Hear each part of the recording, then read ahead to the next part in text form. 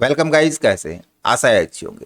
साथियों, हम सीख रहे हैं सी प्लस प्लस में क्लास एंड ऑब्जेक्ट्स को, जिसके अंतर्गत आज हम क्लास एंड ऑब्जेक्ट का यूज करके लूपिंग स्टेटमेंट लगाना सीखेंगे कि हम सिंपल लूप किस प्रकार से रन कराएंगे, किस प्रकार से हम प्रोग्राम लिखेंगे क्लास एंड ऑब्जेक्ट के लिए। ये सीखने के लिए इस वीडियो में अंत तक बने रहिएगा। नमस्कार साथियों, मेरा नाम है मनोज कुमार और आप देख रहे हैं कंप्यूटर ज्ञान गुरु चैनल। तो चलिए सीख लेते हैं।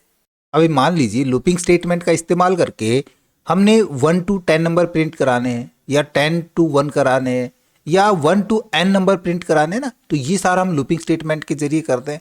यदि आपने लूपिंग के बारे में नहीं जाना है तो हमारे प्रीवियस वीडियो जरूर देखें, जहाँ पे हमने व्हाइल लूप और फॉर लूप को अच्छे से एक्सप्लेन किया है। तो यहाँ पे सिंपली हम एक प्रोग्राम बनाए 1 to 10 नंबर के लिए कि हमने 1 से 10 तक के नंबर प्रिंट कराने हैं। तो सिंपली हम एक क्लास डिफाइन कर लेंगे। तो क्लास के लिए मैं नाम ले लेता हूँ। हम 1 to 10 प्रेस करा रहे हैं तो हम 1 to 10 OTT नाम से मैंने एक क्लास यहाँ पे डिफाइन करी है। अब यहाँ पे हमको वेरिएबल लेने की जरूरत नहीं है। क्यों नहीं है भाई? वेरिएबल ले सकते हैं यदि हमने यूजर से इनपुट लेना है, तब हम वेरिएबल ले सकते हैं। यदि हम यूजर से इनपुट नहीं ले रहे हैं और हम डायरेक्ट ही 1 से 10 नंबर प्रिंट कराना चाह रहे हैं तो वेरिएबल लेने की जरूरत नहीं है। हम सीधा यहाँ पे वाइड यूज करेंगे और पुट डेटा ले लेंगे।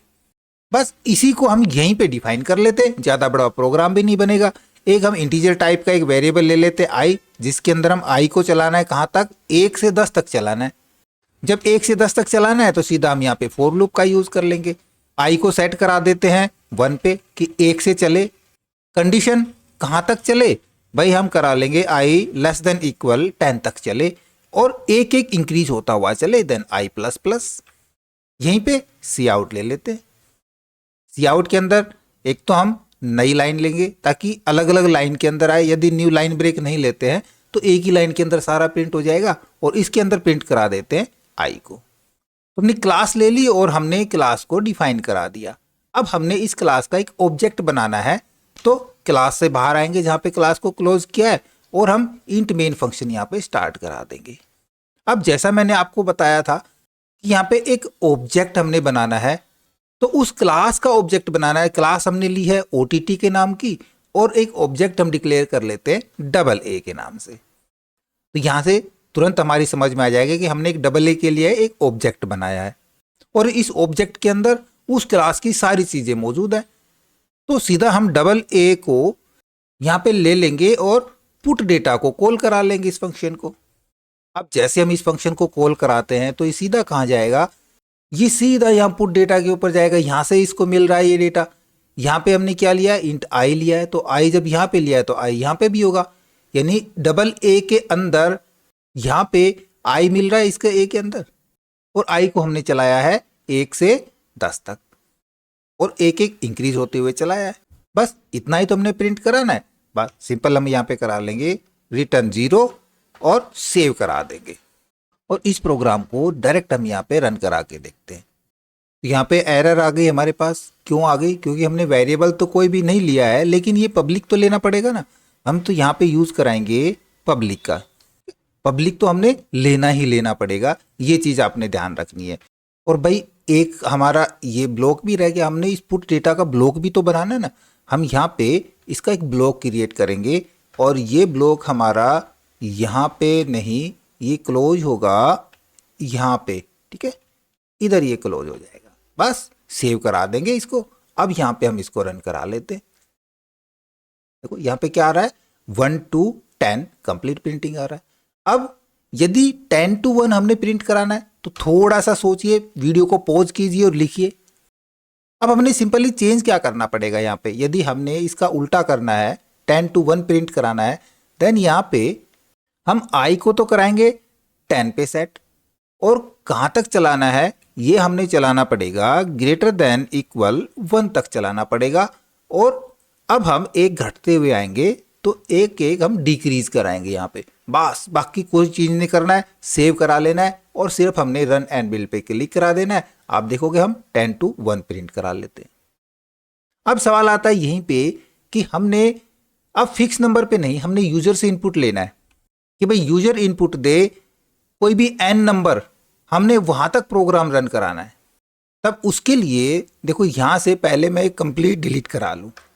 हम बना रहे हैं 1 to n नंबर, तो यहाँ पे मैं OTN करा लेता हूँ। ठीक है, क्लास हमने बनाई 1 to n नंबर तक, और यहाँ पे क्लास को पहले ही चेंज करा लेते वरना दिक्कत आएगी, फिर एरर देगा।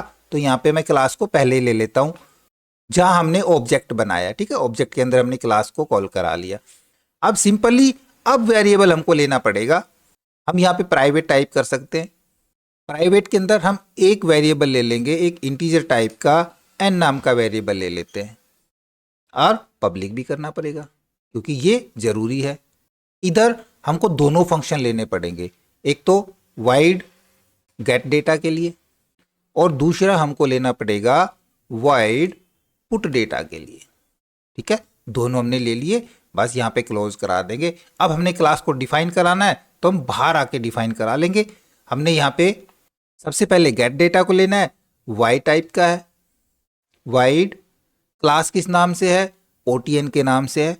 यहाँ पे स्कोप रेजुलेशन ऑपरेटर का यूज करेंगे और गेट डेटा।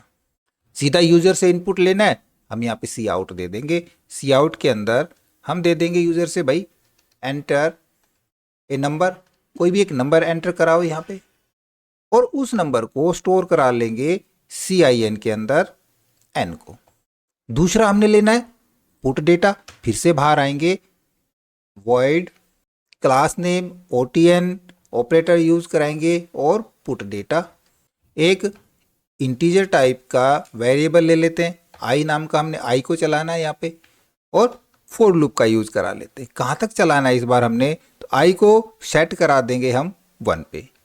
आई चलाना कहाँ तक है इस बार, इस जब हमने चलाया था हमने आई को लेस देन इक्वल 10 किया था, इस बार हम कर देंगे less than equal n number तक। जो भी नंबर यूजर देगा वहां तक चलाना है और एक एक इंक्रीज होते हुए जाना है। ये ब्रैकेट्स नीचे आ गया, वापस से यहाँ पे कराते हैं और सी आउट दे देंगे। यहाँ पे एक नई लाइन के साथ यूज करा लेते हैं सी आउट को, आई को प्रिंट करा लेंगे। ऑब्जेक्ट के अंदर वही इंट मेन फंक्शन स्टार्ट करा, हमने OTN नाम की क्लास ली और AA नाम का हमने एक ऑब्जेक्ट बनाया, और उस AA डॉट पुट डेटा को हम यहाँ कॉल करा लिया। जैसे ही कॉल कराया तो ये कहाँ गया, अपनी क्लास के पास गया, और यहाँ पे पुट डेटा के अंदर इसने देखा पुट डेटा में क्या डाला हमने, एंटर ए नंबर, जो नंबर डाला n के अंदर वो यहाँ पे मिलेगा क्योंकि क्लास की जो है सारी चीज़ें वो यहाँ पे हैंगी। बस रिटर्न 0 सेव करा लेते हैं प्रोग्राम को, run and bill pay click करा देंगे। यहाँ पे जो भी नंबर हम इनपुट कराएं, मैं यहाँ पे 15 कराता हूँ।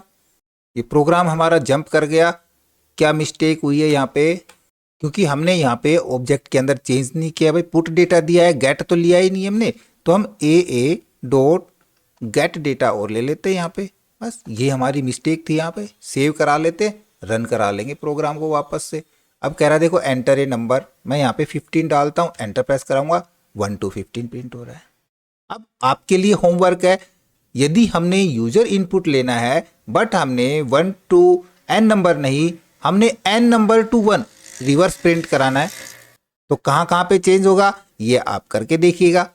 मिलते हैं नए वीडियो में नए टॉपिक के साथ, तो लगातार बने रहिएगा।